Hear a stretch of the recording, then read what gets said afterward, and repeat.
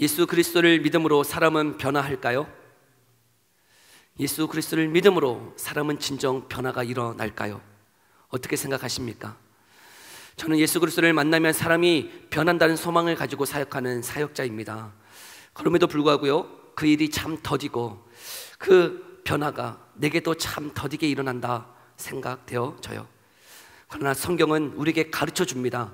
성령의 임재는 변화를 만들어내는 줄 믿습니다.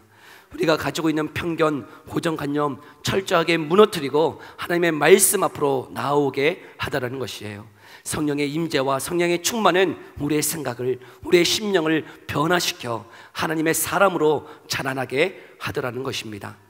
우리는 저번 시간을 통하여서요, 그 이방인 고넬료에게 베드로가 가서 주의 복음을 증거했던 그 일들을 살펴보았어요.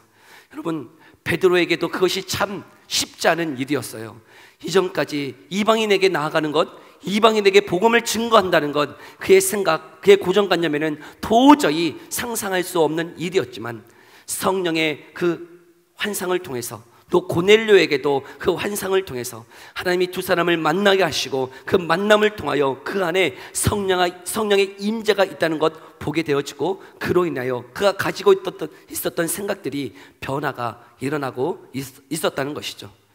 근데 여러분, 그 변화는 베드로 혼자만의 변화만으로 충분하지 않았어요. 이제는 베드로뿐만 아니라 그 예루살렘에 있었던 나머지 사도들, 그리고 그 성도들, 그 제자들까지도 하나님은 변화되기를 원하셨던 것입니다. 도대체 그들에게는 또 어떤 변화가 일어나고 있을까요? 오늘 본문의 배경이 되는 1절에서 3절까지의 말씀을 다시 한번 읽어볼까요? 1절에서 3절이에요. 함께 읽어봅니다. 시작. 유대에 있는 사도들과 형제들이 이방인들도 하나님의 말씀을 받았다 함을 들었더니 베드로가 예루살렘에 올라갈 때에 할례자들이 비난하여 이르되 네가 무할례자의 집에 들어가 함께 먹었다 하니. 여러분, 지금 이 베드로가 예루살렘에 도착하기 전에 한 소문이 예루살렘 교회 안에 있었다는 것이에요. 어떤 소문이에요? 베드로가 지금 누구와 교제하고 있다는 거예요?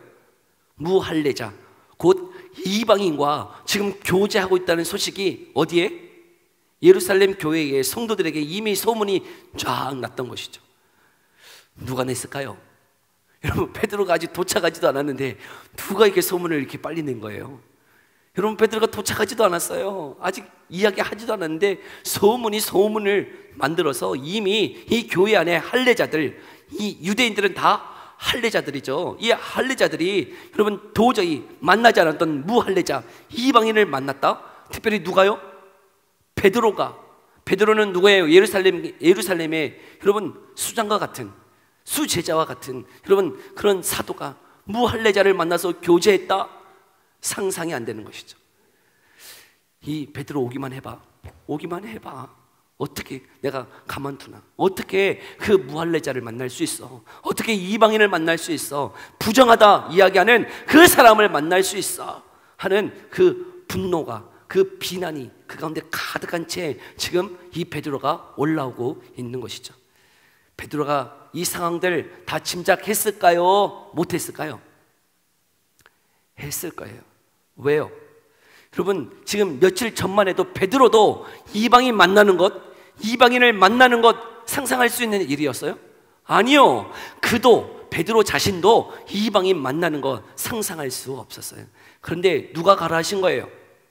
하나님이 가라 하신 거예요. 성령이 가라 하시니 어떻게 한 거예요? 순종함으로 간 것이죠. 순종함으로 간 것뿐이에요.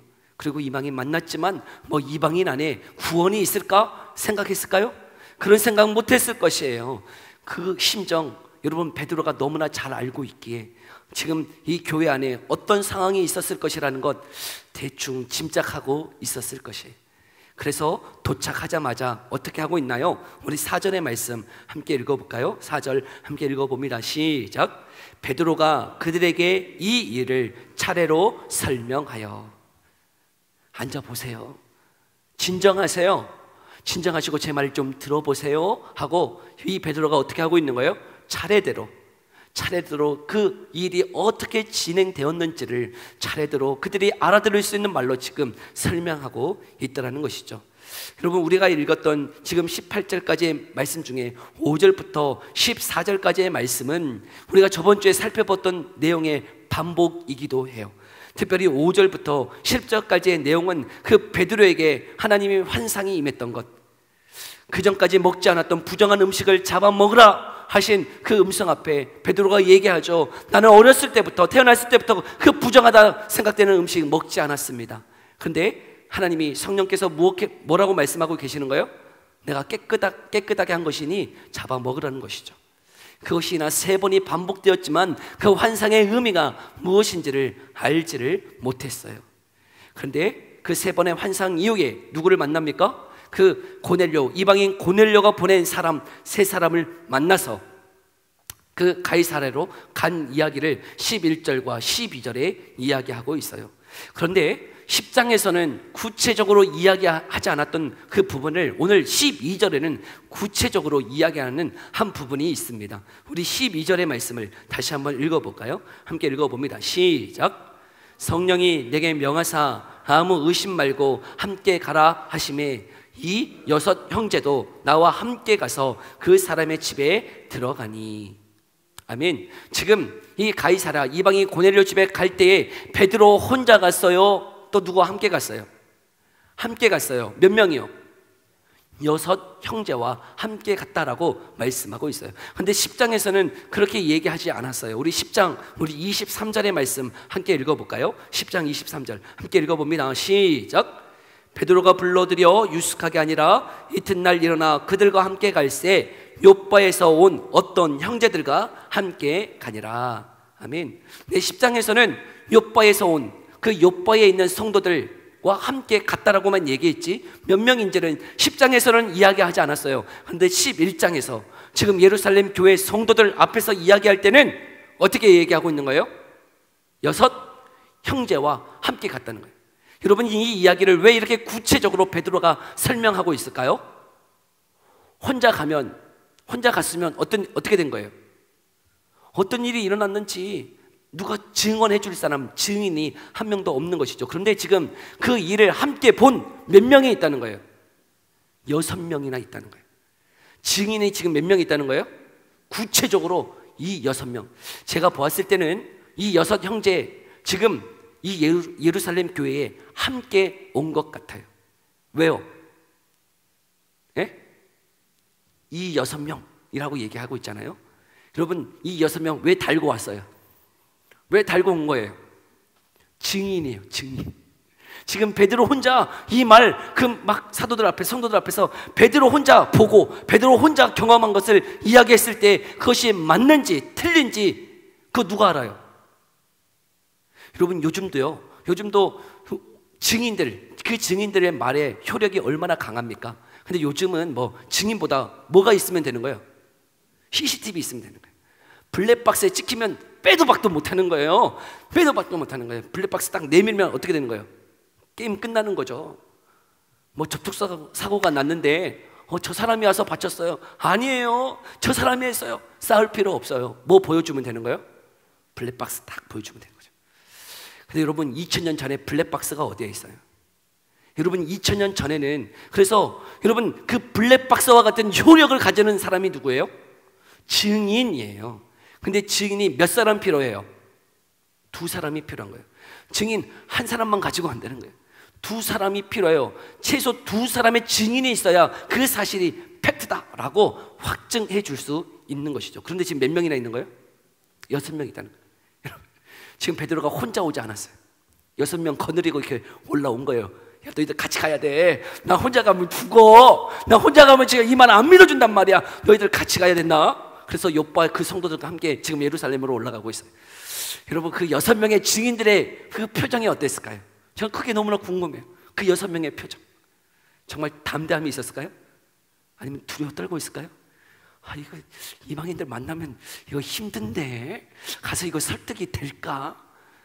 여러분, 이 6명의 그 증인들, 여러분, 이 증인들의 이 말, 베드로가 얘기했는데 옆에서 맞아요, 고개 끄떡끄떡 안 해주면 어떻게 되는 거예요?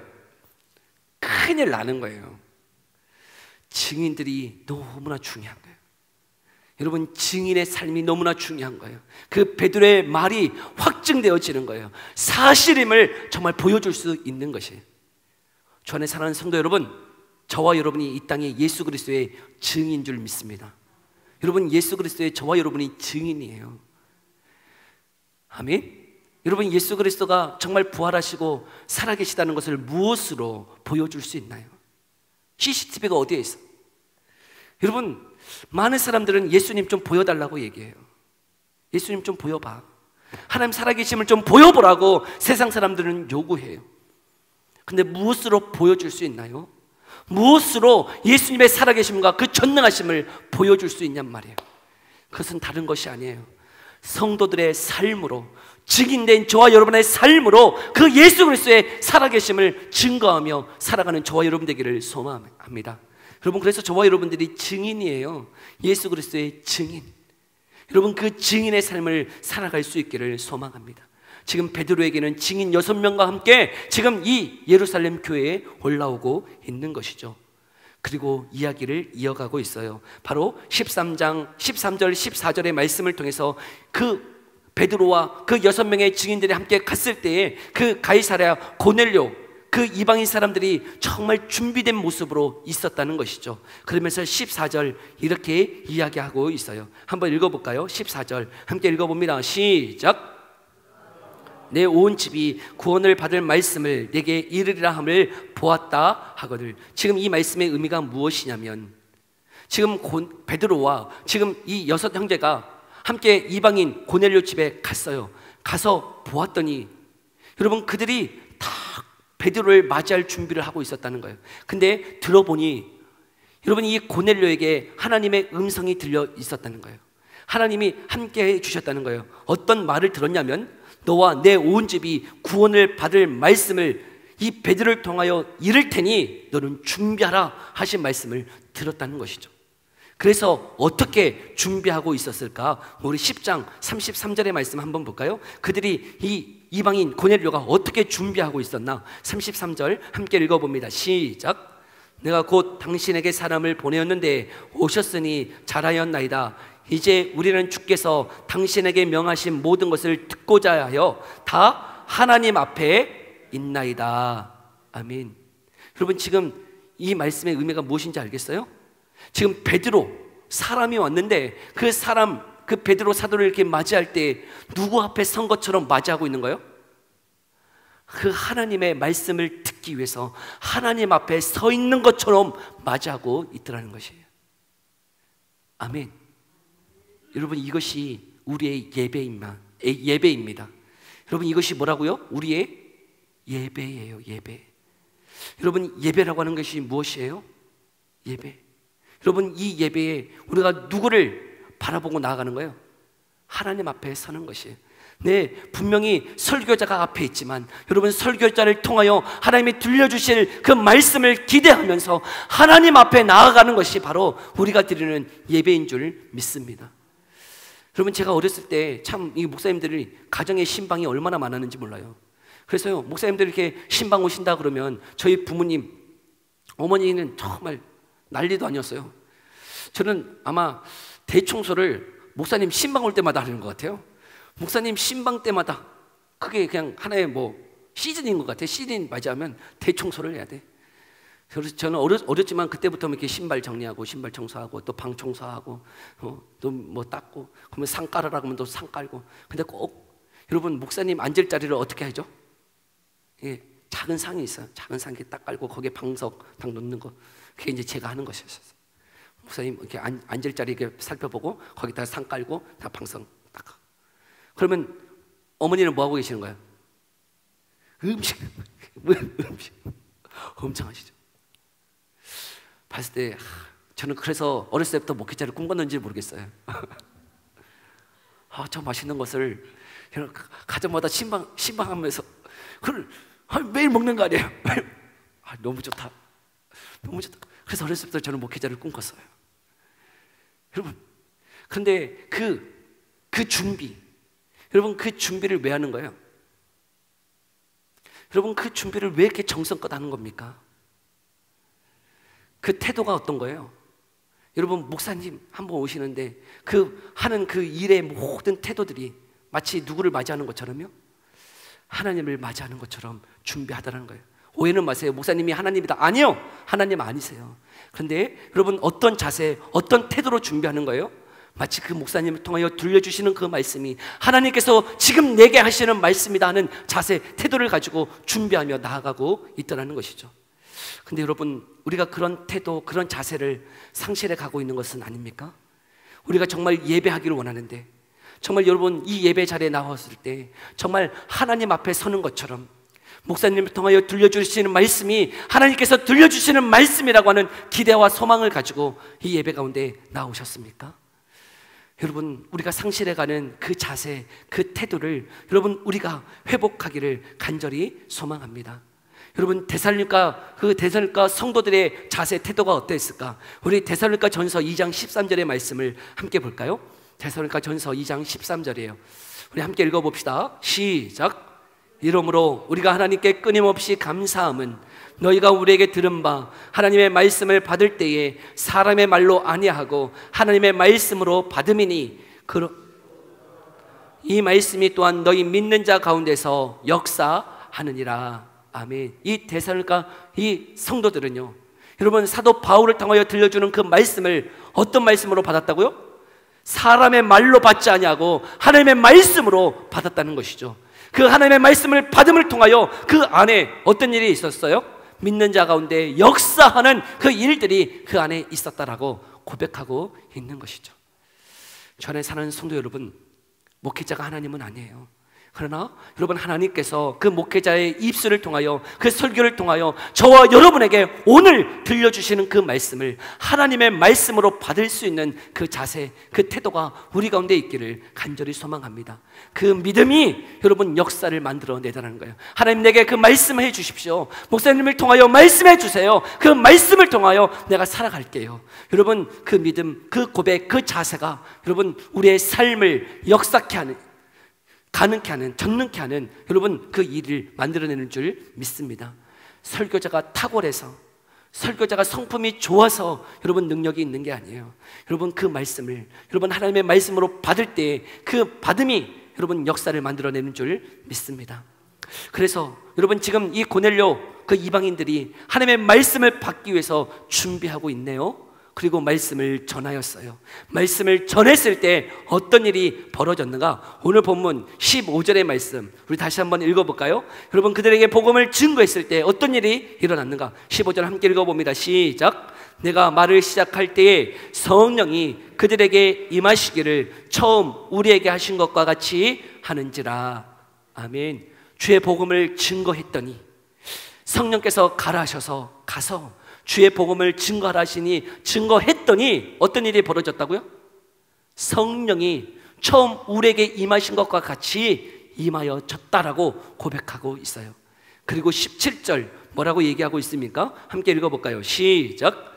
그런즉 하나님이 우리가 주 예수 그리스도를 믿을 때 주신 것과 같은 선물을 그들에게도 주셨으니 하나님을 능히 맡겠느냐 하더라. 아멘. 예수 그리스도를 믿을 때 주셨던 그 선물, 성령의 선물을 그들에게도 주셨다. 근데 그것을 누가 막을 수 있겠느냐? 사람인들 그것을 막을 수 있겠느냐라고 선포하고 있어요.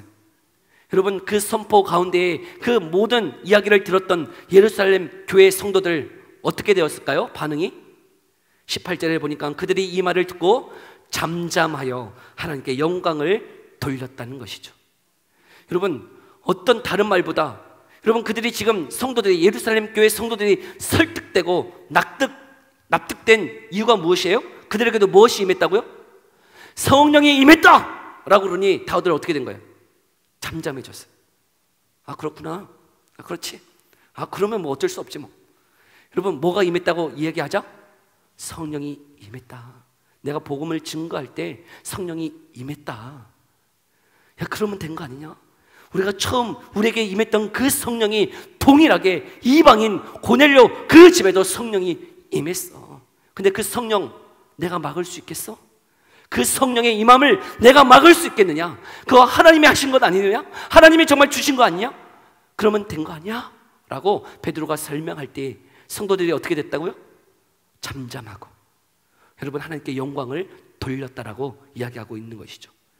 그러면 여러분, 성령의 임함이 어떤 의미이기에, 성령이 임했다는 것이 어떤 의미이기에 그 예루살렘 성도들이 가지고 있었던 편견, 그 고정관념이 그냥 단박에 깨부시고, 아 그래? 그러면 하나님께 영광 끝! 그렇게 됐을까요? 여러분, 성령이 임했다는 것이 도대체 무슨 의미이기에 여러분 그들이 가지고 있었던 이방인을 향한 그 편견, 고정관념들이 한순간에 다 산산조각 되어졌느냐 하는 것이죠. 여러분, 성령의 임함의 의미가 도대체 무엇입니까? 여러분, 지금 처음 그들에게 임했던, 사도들에게 임했던, 그 예루살렘 교회에 임했던 성령의 의미는 도대체 무엇이었을까요? 우리 사도행전 2장에 성령이 임하는 사건이 기록되고 있는데요, 우리 사도행전 2장으로 한번 가볼까요? 여러분, 사도행전 2장에 이제 성령이 임재했어요. 특별히 2장 4절 우리 함께 읽어볼까요? 2장 4절의 말씀 함께 읽어봅니다. 시작. 그들이 다 성령의 충만함을 받고 성령이 말하게 하심을 따라 다른 언어들로 말하기를 시작하니라. 아멘. 성령이 임재했어요. 성령의 충만이 임했어요. 그러자 어떤 일이 벌어졌어요? 다른 언어들로 말하기를 시작했다는 것이죠. 다른 언어, 여러분 이때 그 다른 언어는 외국어예요. 외국어, 일본어, 중국어, 영어, 러시아어. 여러분 그 다른 언어들로 막 얘기했어요. 근데 그 이야기들을 누가 들었냐면 그 오순절 날 그 디아스포라, 여러 지역에 흩어졌던 사람들이 오순절 절기를 지키기 위해서 모여왔는데, 여러분 그 모여있던 사람들이 그 성령이 임한 사람들의 그 기도의 소리를 들었는데 각자의 언어들로 듣기를 시작했다는 거예요. 너무나 놀라웠어요. 도대체 이 일이 무슨 일인지 너무나 놀라웠던 것이죠. 근데 어떤 사람들은 이야기해요. 조롱하면서 이야기해요. 저들이 술에 취해서 저런 이야기를 하는 것이다. 여러분, 술 취한다고 외국어 하세요? 술 취한다고 막 영어 나오세요? 그러면 저 술을 권장할게. 응? 여러분, 알아들을 수 없는 말을 하는 거잖아요. 알아들을 수 없는 말을 하는 것이지 외국어를 하는 것은 아니다라는 거예요. 여러분, 그러나 그들은 술에 취한 게 아니죠. 뭐에 취해 있는 거예요? 성령의 지배를 당하고 있는 거죠. 여러분, 그러면서 그 사람들에게 조롱하며 궁금해하는, 당황하는 그들에게 이 베드로가 설명하기를 시작해요. 이 성령의 임재가 무슨 뜻인지를 이제 설명하기를 시작합니다. 한번 볼까요? 우리 17절의 말씀 함께 읽어봅니다. 17절 시작. 하나님이 말씀하시기를 말세에 내가 내 영을 모든 육체에 부어주리니 너희의 자녀들은 예언할 것이요 너희의 젊은이들은 환상을 보고 너희의 늙은이들은 꿈을 꾸리라. 아멘. 바로 지금 이 요엘 선지자를 통하여 하신 말씀이 지금 이루어졌다는 것이죠. 지금 말세에 이루어질 그 일, 그 세상 끝에 있어질 그 일은 바로 예수님이 우리를 위하여 죽으시고 부활하시고 승천하신 그 일 때 성령이 임함으로 인하여 그 구약 때에 요엘 선지자를 통하여 말씀하셨던 그 일이 지금 우리에게 임하는 이 일이 지금 이루어지고 있다라고 이야기하고 있는 것이에요. 여러분, 성령이 임했어요? 그러면 성령이 임함으로 무슨 일이 있는 거예요? 그래서 21절 보세요. 여러분, 성령이 임했을 때 무슨 일이 있는가? 함께 읽어봅시다. 시작. 누구든지 주의 이름을 부르는 자는 구원을 받으리라. 아멘. 그 주의 이름이 누군 거예요? 예수 그리스도를. 여러분, 성령이 임해서 누구를 부르면, 예수 그리스도를 믿고 회개하면 구원이 임한다 라고 하는 것을 전파하기를 시작했다는 것이에요. 여러분, 유대인들에게 구원은 어떻게 해야 구원받는 거예요? 유대인들은 어떻게 구원받죠? 할례를 행하고 또 율법에 정한 절기를 지키고 음식을 가려 먹고 율법에서 정한 그 모든 것을 지켜야 구원받는다라고 생각했는데 그거 아니라는 거예요. 그거 아니야. 구원받는 거 율법을 지킨다고, 할례 받는다고, 음식을 가려 먹는다고, 절기를 지킨다고 구원받는 것이 아니고 어떤 일이 있어야 되는 거예요? 성령의 임재가 있어서 예수 그리스도를 믿고 그분 앞에 회개하고 나아가면 구원을 받으리라. 누구든지 구원을 받으리라 증거하고 있다는 것이죠. 그래서 2장 38절 결론적으로 이렇게 이야기하고 있는 거예요. 함께 읽어봅시다. 시작. 베드로가 이르되 너희가 회개하여 각각 예수 그리스도의 이름으로 세례를 받고 제사함을 받으라. 그리하면 성령의 선물을 받으리니. 아멘. 성령을 받아야, 여러분 성령을 받아야 그 예수 그리스도를 믿고 회개하며 걸어갈 수 있는 것이죠. 그래서 여러분 예수님을 믿음으로 구원을 받는다는 것, 누구든지 주의 이름을 부르면 구원을 받으리라 하는 그 일이 성령을 통하여 우리에게 지금 성취되고 이루어졌노라고 이야기하고 있는 것이죠. 아멘. 네. 근데 그때에는 베드로가 이 당시에 누구든지라고 할 때 이 누구든지는 한정적이었어요. 제한적이었어요. 누구에게만 적용되는 것이었어요? 유대인들에게만요. 그때의 누구든지는 여러분 이방인까지는 생각하지 않았어요. 누구든지 주의 이름을 부르는 자는 구원을 얻으리라 하셨을 때 이 누구든지는 누구만 생각했어요? 유대인들에게만. 하나님이 선택했던 이 유대인 이스라엘 백성들에게만 적용되는 것이지 다른 백성들 이방인들에게까지는 이루어지지 않는 것이라고 생각했는지 모르겠어요. 그런데 지금 여러분 10장에 와서, 사도행전 10장에 와서 여러분 다시금 성령이 임했는데 누구에게까지 지금 성령이 임한 거예요? 이방인에게까지 성령이 임했다는 것이죠. 아멘. 네, 이방인에게까지 주의 성령이 임했어요. 그래서 그 고넬료와 그 고넬료의 가정이 그 예수님을 믿고 회개하고 예수님을 믿고 세례를 받았어요. 성령도 받았어요. 그러면 무엇이 임한 거예요? 성령이 임했으니 구원이 임했다고요. 그러면 된 거 아니에요? 아멘. 더 뭐 해야 될 게 있어요?